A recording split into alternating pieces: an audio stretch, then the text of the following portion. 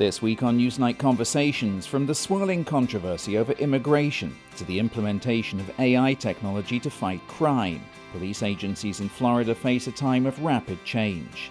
Tonight, Volusia County Sheriff Mike Chitwood discusses these issues and his future in law enforcement, having been re-elected to a third term in office in November. Newsnight Conversations starts now.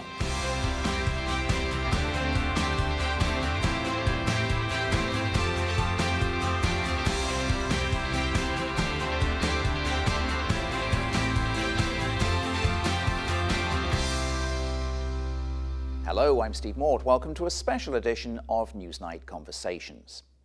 Tonight, we take you to the Volusia Sheriff's Office Training Center near Daytona Beach for an in-depth interview with Sheriff Mike Chitwood. Carolyn, you guys are doing a great job. What do you got? A familiar face to many residents in the county, for years he's been one of Florida's most outspoken law enforcement officials. A former Philadelphia beat cop, Chitwood went on to spend more than a decade at the helm of the Daytona Beach Police Department before running for sheriff. Over the years, he's been an opponent of racial profiling and a defender of undocumented immigrants, saying his deputies will come after anyone who has a warrant out for their arrest, but that it's not the job of local, county, and state municipal law enforcement personnel to proactively be immigration officers. They had brought up immigration and we pulled up your spreadsheet. He now finds himself leading a sheriff's office at a time when Florida law enforcement agencies have been thrust into the national spotlight amid Governor DeSantis' laser focus on helping the Trump administration with its mass deportation efforts. Like other police agencies in Florida, the Volusia Sheriff's Office has a cooperation deal known as a 287G agreement with ICE. I recently sat down with Sheriff Chitwood to talk about that issue and others facing law enforcement agencies in the state. To note, we recorded our interview before the recent appeals court decision clearing the way for open carry in Florida. Volusia County Sheriff Mike Chitwood, thanks so much for sitting down with us. Thank you for having me. I appreciate it.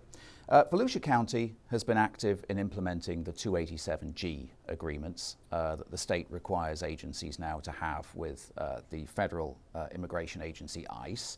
How's that going for you and your deputies? It's going pretty well. I mean, I think some things have changed under the Trump administration. Some things have stayed the same as under the Biden administration. And I say that because we've had a long-term investigation into the Mongols motorcycle gang from a shooting that occurred on State Road 44 during Bike Week last year. I think we locked up 31 people. One of those people is from Bolivia. They have been fighting not to go back to Bolivia for 19 years. So they are arrested and charged with aggravated rioting and with conspiracy, and they have a prior arrest record. And we were told, well, we're not going to place a detainer on him. He has to be convicted. But that was in the prior administration, that was in the prior administration, okay. But it also holds true under this administration, because that story that I just told you just happened. When we were planning and discovered this person was here illegally and for 19 years has been fighting not to be deported, we were told when we went hands-on and arrested him, he would be right to federal custody and the detainer placed on him and he would be kicked out of the country based on his prior criminal history and the new charges.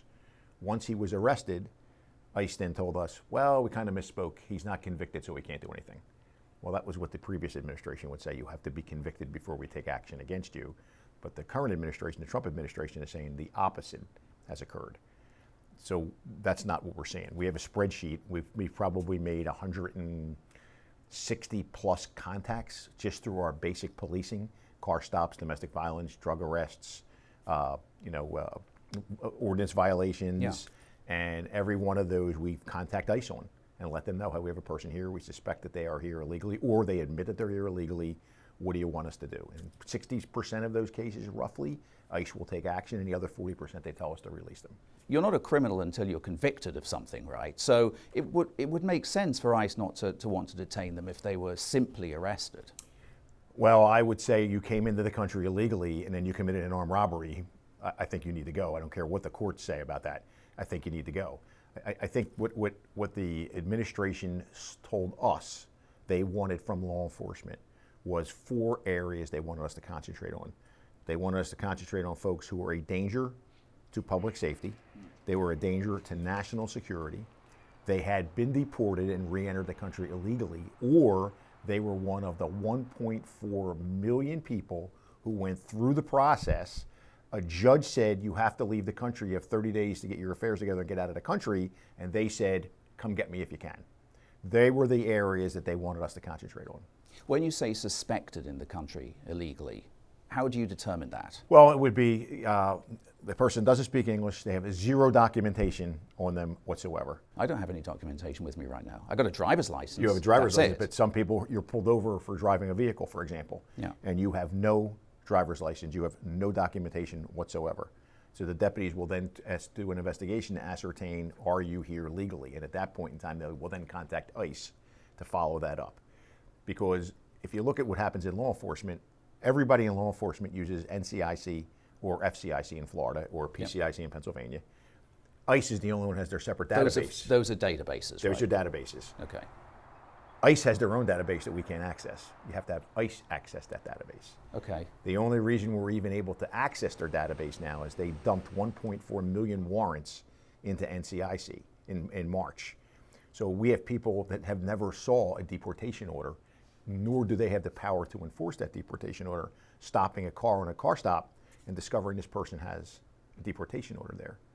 Can't take any action because you're not federalized. That was the purpose of 287G, so that when these things popped up, you would be able to take that action because immigration law is civil law. We can't enforce federal civil law. You said in 2018 to the PBS NewsHour, why are we focused on immigration? Our job in law enforcement is to protect victims and witnesses. It doesn't matter what your immigration status is. Why does it matter now? It doesn't matter what your immigration status is if you're the victim or a witness to a crime. Yeah. And let me also say there's collaterals in here. I'll use the term collaterals that some of my other fellow sheriffs use. And I describe a collateral as somebody who has been here for 20 years. They've been here illegally. But they have a job. They're paying taxes. They've raised their kids to either go into the military or get a college degree. There has to be a way in this to assimilate those folks into American society. It's the folks that are coming across the border, and in those four categories is what we now have to focus on. But as a sheriff, there's not much you can do about that, right? You have to do what the federal government or the state tells you to do. And here in Florida, the governor has issued a directive. If you refuse to cooperate with ICE, if you refuse to cooperate with the federal government, if you refuse to follow the governor's directives, you as an elected official, any elected official, will be removed from office and personally fined $5,000. So what do you think of that? What do you think of that policy? He's the governor and he sees the problem. In a way it removes discretion from everybody, but I do understand it where he is headed to in this. Yeah, I mean, you've said that we're not going to be going out proactively to be immigration officers. And you said, I believe that's not what our job is as local, state, and county municipal law enforcement officers. But that's not really how it is in Florida now. I mean, you have to tell ICE if you think somebody is in the country without permission. That sounds like being an immigration officer. Well, let me say we have always done that. ICE has always been part of our narcotics task force. So every time we go out and serve a narcotic search warrant, ICE was always there with us. They just never took any action. If we arrested somebody for a robbery or driving without a license, we would always notify them. But under the previous administration, it got to the point where they wouldn't even answer the phone anymore, so everybody was kind of like, well, why are we wasting our time here? And now, under this administration, we want to be notified of everything you do. We're not going to Home Depot. We're not going into construction sites. I'm not going on the farms. We are basically doing our job, and anybody that we encounter while we're doing our job, car stops, domestic violence, drug sales, car crashes, they're the things that when we come across you, we will then make that notification and be guided by what they tell us they want done.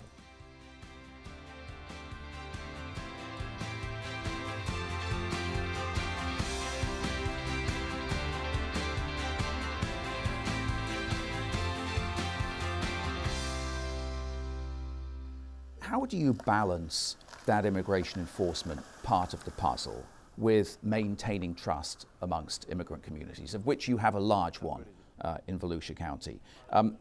That was something you've prided yourself on in developing relationship with those communities. Are you sure you can keep that trust now? I think we have. We have met repeatedly with our immigrant community, especially our farm workers. And we stressed those 4 areas that we talked about. Yeah. You know, the 1.4 million warrants, public safety, entered the country illegally, were deported and sent back. And overwhelmingly, they support that. They understand that. They don't want criminals in their neighborhood. They don't want child molesters or rapists or drug dealers or domestic violence batterers in there. So they get that. Where they're looking for help, and where I think somewhere along the line, you know, you can mention the A word, amnesty, without being disloyal or whatever. There has to be a way to focus on that group, and it's probably, and I'm going to just throw a number out there, there's probably 18 to 20 million folks that are here illegally who play a huge role in our economy.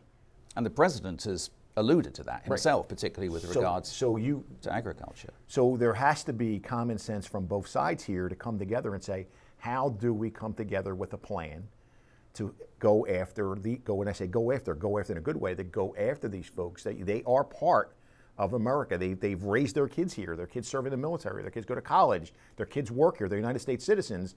So how do you look and say, okay, you came in illegally 30 years ago, but you've been here and you have done nothing but be a model citizen.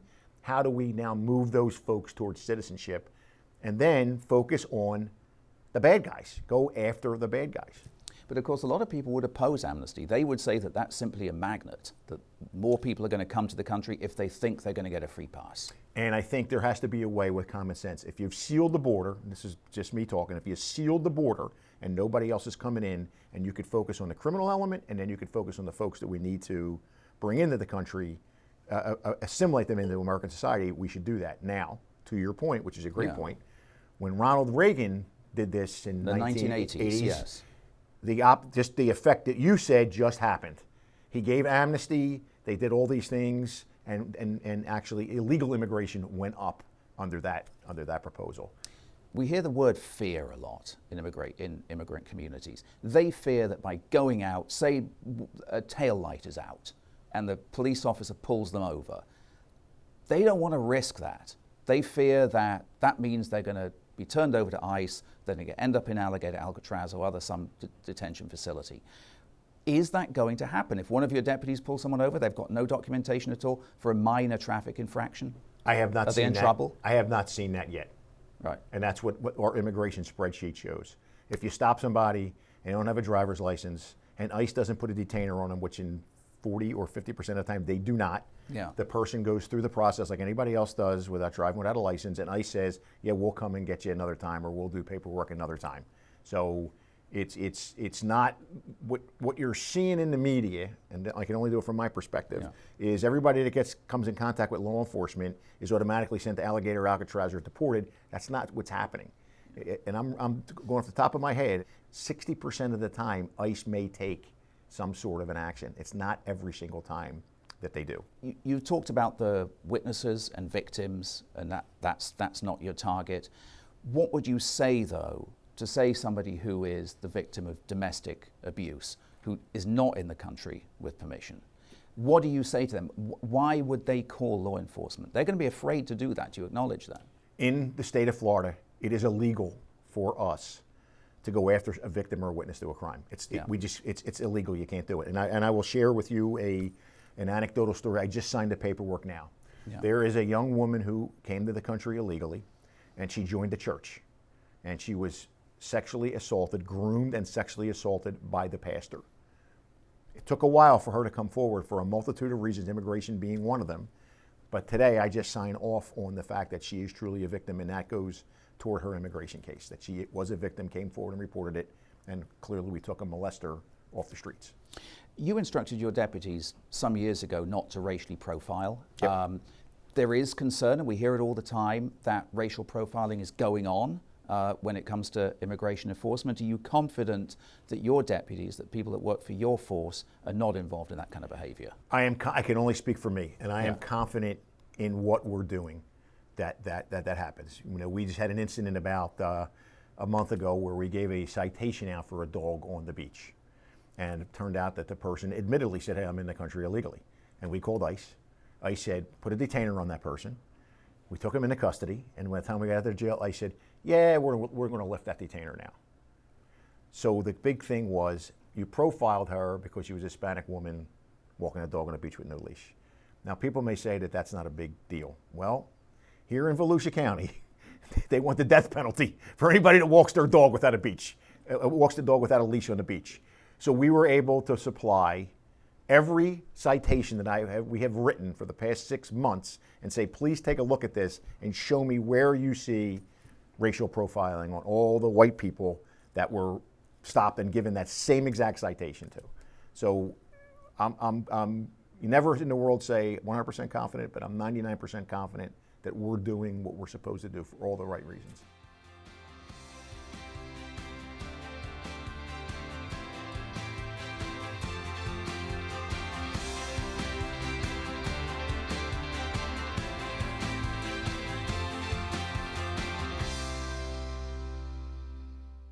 Feels like a long time since those massive Black Lives Matter protests during the pandemic, I guess in 2021, and the work of police departments and sheriff's officers that took place around that time to build trust with communities, I guess, that feel marginalized or over-policed.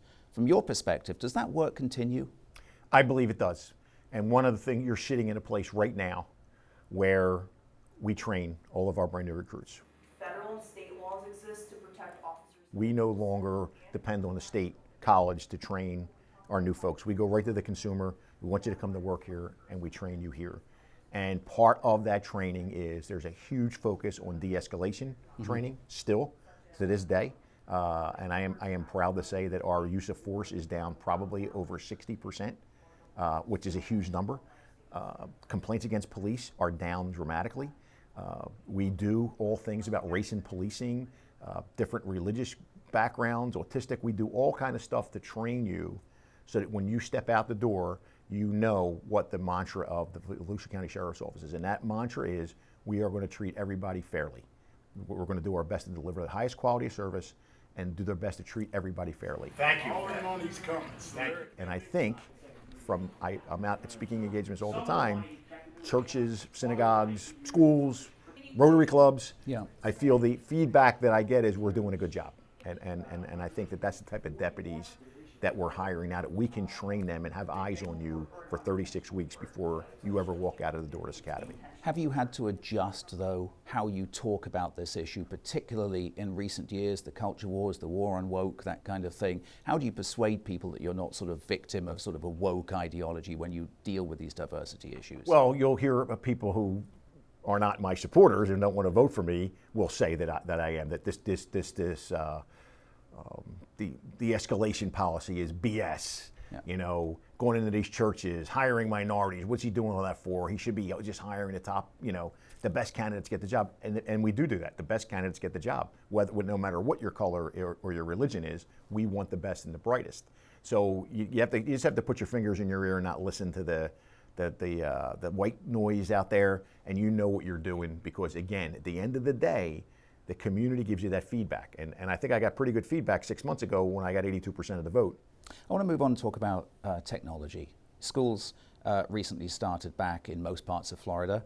This year, Volusia is adopting Zero Eye's AI gun detection system to detect guns on campuses. Does that make your job easier as a force? That is a great question. If the gun gets on campus, we failed. That's the way I look at it. The whole objective is to prevent that gun or that weapon from getting on campus. In the first place. That's the goal. But with this technology, it's kind of a backup for us. Now, it only was used one time, not used, it activated once last year, and it was a young man had a toy gun on him. That's how good the technology was. They couldn't tell you it was a toy gun. It said, this student has a weapon on them, and when he was confronted, he said, oh, yeah, it's a toy gun that he brought on the campus. So that was a beautiful thing for me. But it's also a force multiplier for us when you think of it. Everybody can't be everywhere at all times. But using AI and this technology, it's a game changer in that force multiplier category. So it's just a tool? It's just a tool. It's one of all the other tools that we have. The metal detectors, the behavioral unit that we have. Yeah. Those things are all together a holistic approach to keeping the school safe. Your department's adopted new technologies as well, AI-powered cameras, facial recognition, that kind of thing. License plate readers. I wonder how this use of technology can be done ethically. How do you answer criticisms that there are privacy concerns when it comes to AI facial recognition technology? How do you view that? That is a great question.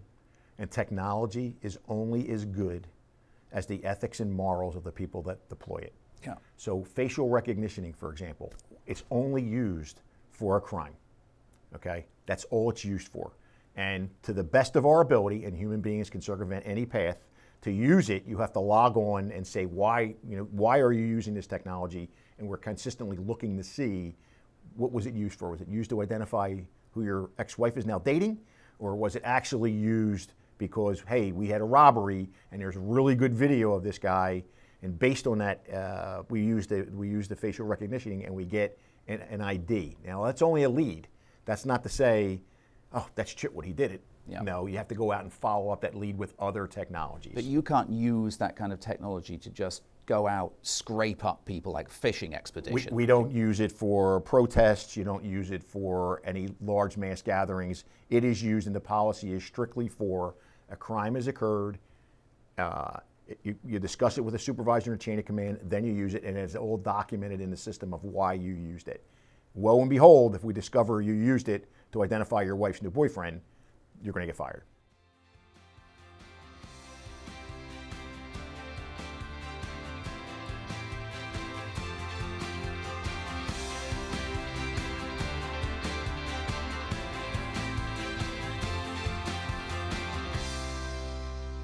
There's also the HALO law, which establishes a 25-foot buffer zone, I guess, around first responders. That requires bystanders to maintain distance when instructed. What do you think of that? Is that necessary? I think it's necessary when you deal with these First Amendment frauditors, because that's what I'm going to call them, frauditors. When there's a group that runs around with video cameras and want to videotape everything. Yeah. Which is they have every right to do that. But when you interject yourself into an arrest and you're not standing back filming, and you're injecting yourself into that arrest, then you get arrested for that. And I think that's what the purpose of that was, because there were actions where my back is turned, my gun's out, me and you are grappling, and you have one of these people leaning right over your shoulder, filming while you're making an arrest. Why can't you stand 25 feet back was and that film happening? the whole thing? Right over your shoulder? Right. There were some places where it was right over. They were right in the middle of the arrest filming, and they were not involved in it. Yeah. They were riding around with a scanner on, heard it, drove to the scene, and then interjected. It got so close that it became a officer safety issue, and I think that's what the legislature passed that on. And I'll tell you, it has worked because we've had that here, and when you turn and say you're not 25 feet away, overwhelmingly they'll back up. Nobody's telling you not to film. We're just telling you, let us do our job. You do whatever you want to do with the video. What do you make, though, of the argument that some might give that these kinds of moves just serve to sow more suspicion about police? That people always, and probably rightly so, have suspicions about their elected officials, about the people that serve and protect them, that there should be 100% transparency, that people should be able to interact with those public servants as they wish. How do you answer the criticism that these kinds of things just kind of erode that trust? Well, first, I agree with everything you said. I agree. But you have to balance that with what is officer safety. And in today's day and age, if you look at the numbers, the number of law enforcement officers assassinated in an ambush attack, the number is higher than it's ever been since they've been recording that number. It's like 98 or something officers have been ambushed, I think, in the past a little over a year. So that's something that's on your mind. You may be coming from, not you, but somebody could be coming from the perspective, I'm protecting my constitutional rights and I'm videotaping you.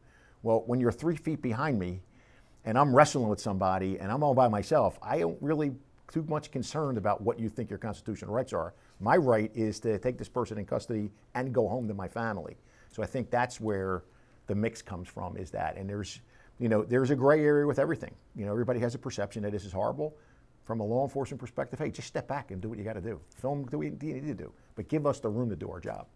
I want to wrap up by asking you what comes next for you. We've talked a lot in this interview about change. It's a time of rapid societal change. Your work is under constant scrutiny from all sides on the political spectrum. What keeps you going? Do you want to keep doing this? I love it. I love it. I can't wait till my feet hit the ground in the morning to get out and be part of this community and this organization. And I think that plays a role in me saying, hey, I'm absolutely running for sheriff again. Either the voters or Mother Nature are going to stop me. I don't see myself doing anything other than this. I live and work in an incredible community, and I live and work with an incredible group of individuals. If those things weren't active, maybe I would say it's time to go golfing. Yeah. But it's not. And the challenge is out there. The technology challenges. I started when you didn't have computers in your car. And now you're able to there's so much you can do. There's so much good work that you can do. And there's still a lot of good things to do. It's scary. AI scares me. Yeah. We're using it, but AI scares me. Drones scare me. What's going on in Ukraine, that affects us here.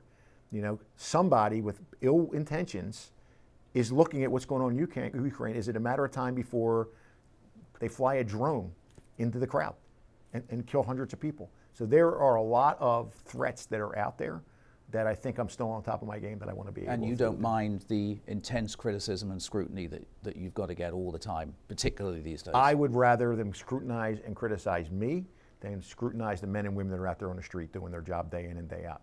They're going to make mistakes. Criticize me. Support them for better training and do a job better. But feel free to come after me. What's the worst they can do? They can't eat me. Volusia County Sheriff Mike Chitwood, thank you so much for being here. Pleasure. Appreciate it. Sheriff Mike Chitwood talking to me recently at the Volusia Sheriff's Office Training Center near Daytona Beach. You'll find this conversation along with every episode of Newsnight Conversations on our website, wcf.org/Newsnight. You can also watch on our YouTube channel. In the meantime, we'll be back with our regular look at the top stories in Florida on Newsnight next Friday night at 8:30 here on WCF. But for now, from all of us here at Newsnight Conversations, take care and have a great week.